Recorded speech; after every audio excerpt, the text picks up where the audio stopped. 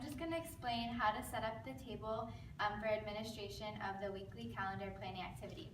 So first, we have the weekly calendar sample. That's going to go in the top right corner of the table. Then we have the blank weekly calendar that they're going to fill out. That's going to go right underneath. We have your blank scrap paper that they can use during the testing. It's going to go right next to the sample weekly calendar. Then we finally have the appointments, errands to be scheduled. That's going to go right underneath the scrap paper and the directions and rules, which is going to go next to the blank paper and the appointments and errands. They also are given 2 highlighters, and that's going to go right above the scrap paper, and a visible watch or clock. You can put anywhere on the table or someplace that's visible so they can keep track of time. They're also going to be given a pen, which is not included in the setup right now, but it's important that you give them a pen and not a pencil. Hi Kara, how are you? I'm good. Good. Today we're going to do an activity that involves putting appointments and errands into a weekly schedule. Here is a list of appointments that need to be scheduled during the week. You can enter the appointments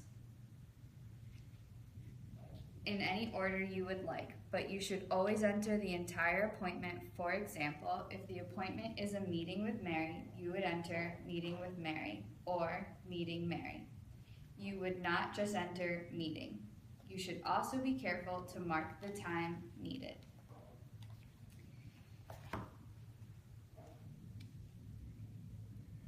In other words, if the appointment starts at 9:30 a.m. and is 30 minutes, you should indicate this by drawing a line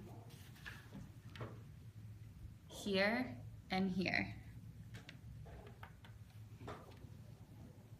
You may need to be careful because some of the appointments could conflict with others and you will have to make some decisions. There are extra paper and pens for you to use if you would like. There are several rules that you will need to follow. Once you have entered an appointment on this weekly calendar, you should not cross out the appointment on this sheet. Do not schedule any errands on Tuesday. We are leaving Tuesday free. It is up to the examiner's discretion to pick the day, and the time is supposed to be 7 minutes after the exam has started.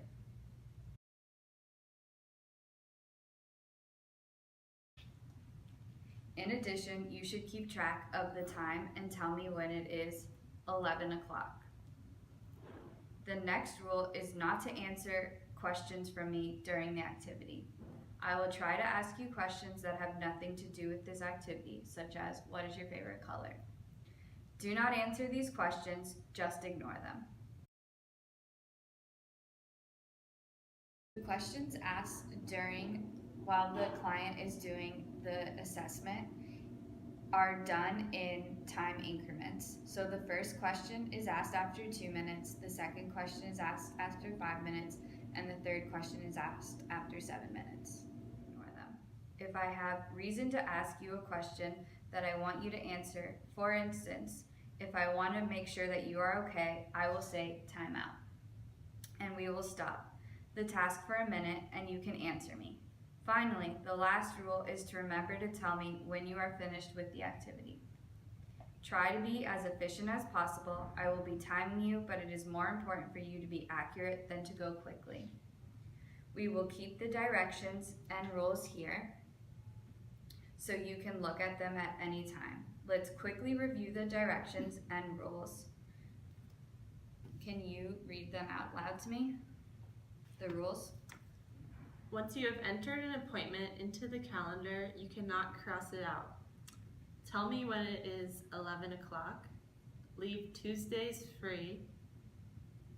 Do not answer questions from the examiner during this activity, and tell the examiner when you are finished. Great. Once you begin the activity, I cannot answer any questions. I can only restate the directions. Before we begin, do you have any questions? No. Okay, let's begin.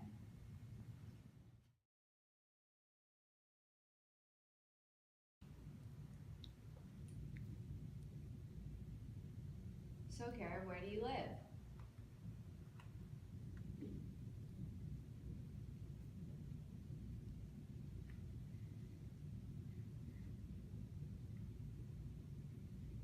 Do you have a favorite sibling?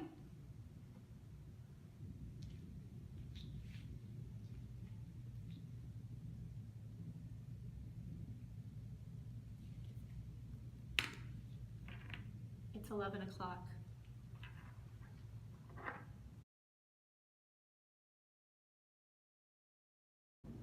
While the client is filling out the activity, it is important for the examiner to fill out the recording form, such as the planning time of the first appointment, the total time from let's begin to completion, rules, the questions answered. So if the client answered any of the questions throughout the activity, you would put yes or no. State the time at 7 minutes. If the client states time too late or forgets completely, 5 minutes, after 5 minutes is too late. States when finished, yes or no. Appointment scheduled on free day. If the client scheduled any appointments on Tuesday, then I would say, yes, the client scheduled appointments on the day I said not to. Number of appointments crossed out, and you would place the number that they crossed out here, and then the total number of the rules followed, entered here out of the 5 total rules. Then you would refer to the instruction sheet however many times that they needed to go back. You would place the amount here. The calendar error management. Saturdays and Sundays on the calendar are reversed. If the client got confused during this reversal, you would say that it interfered with their performance. If it did not, then you would say it did not affect their performance.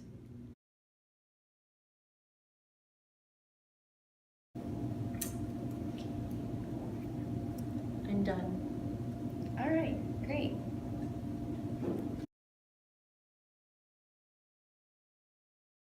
Now that the client is done, we will do an after-task interview and rating scale. The calendar use questions is followed by 4 open-ended questions and 4 self-rated statements. Do you use a weekly calendar or schedule? Yes, I do.